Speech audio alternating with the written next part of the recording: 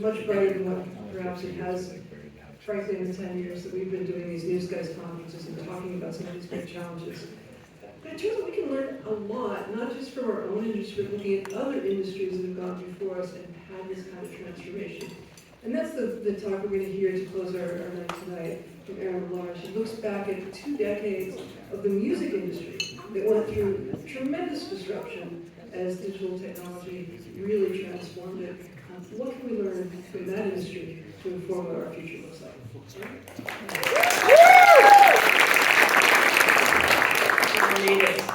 You just have to listen to me for 5 minutes and get back to the bar. My name is Erin Miller. I'm the co-founder and CEO of IndieGraph. We are a technology company on a mission to lower the barrier to news entrepreneurship so that all communities have access to quality local news. So I want to ask you all, who in this room listens to music? By a show of hands. Doesn't have to be tailored, but it can be. Yes. All right. So tell me, can you tell me about another product that can boast that kind of market saturation? That's what these two guys here were talking about in 1999. We'll call them the Shawns. They wondered why, considering the fact there are billions of people who listen to recorded music, where there are only really 2 options for consuming it. Either you listen to the radio for free and hope that your favorite song comes up, or you go to a record store with 15 bucks in your jeans to buy an album. That business model left a lot of people out. So at the age of 19, the Shawns founded Napster and changed the music industry forever.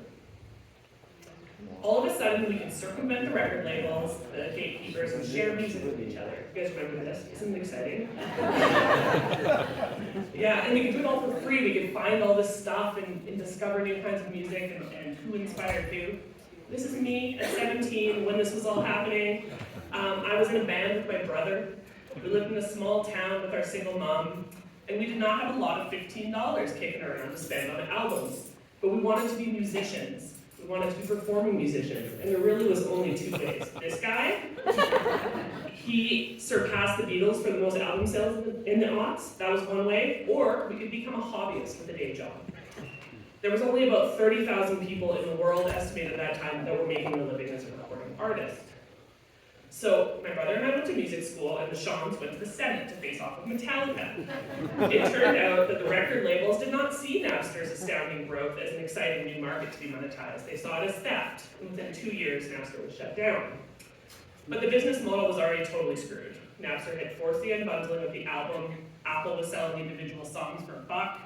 Anyone with a laptop could make an album. Revenues were plummeting. I don't know if that sounds familiar to any of you.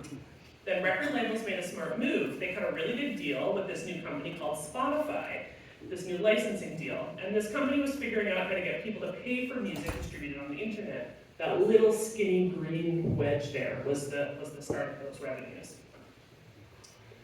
Spotify's insight was that the music industry's business model was only capturing a very small portion of potential customers. If they could convince a lot more music consumers to pay, even if it was a lot less, that could result in way more money to go around. And here's how that experiment went, as you can see. The music industry now makes way more than it did at its peak. Spotify's valued higher than the whole industry earned when it launched. And the record labels did okay too. And this is my brother in terms of how the artist did. He is now one of 500,000 musicians globally who make their living performing and recording music. He's not famous. He's certainly not rich, but he says that now is a better time than ever to be a musician. The Shawns did okay too. Here's Sean Parker hanging out with Snoop Dogg and his new buddy, Mark Zuckerberg. He went on to become an early president of Facebook, and we know what happened next. I share this with you because I believe that the news industry is now at a crossroads similar to where the music industry was in the aughts. Digital news just surpassed print newspapers in terms of usage globally, and revenue will soon follow. But whether this line stays flat or hits an inflection point, I believe is still a live question. With AI, the end of cookies, policies like C18 in Canada, press forward's intervention in the market, it now feels a little bit like a Metallica at the Senate moment. The partnerships, business deals, policies that we create right now will determine the winners and losers 20 years from now. So how can we seize this opportunity to build a fairer, more equitable news industry? If 20 years from now, the only winners are affluent audiences, large media companies, and big tech, our democracies will be among the losers. So I want to leave with 3 ideas. This first one, we can grow our industry if we build revenue models that actually include everyone. We need to find new business models that work in economically challenging markets and then create incentives to serve the communities where need is highest.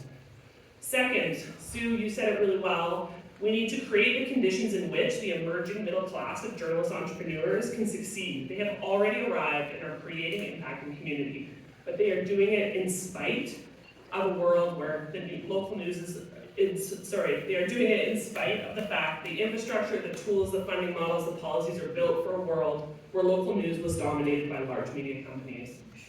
And finally, we'll only be able to achieve this if we can come at these big decisions that are facing us right now from the perspective of abundance rather than scarcity. We must put aside our own narrow interests and quit fighting for scraps.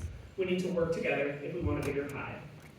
And if we can do this, I truly believe that we can all be winners, especially the public who needs us most. Thank you very much.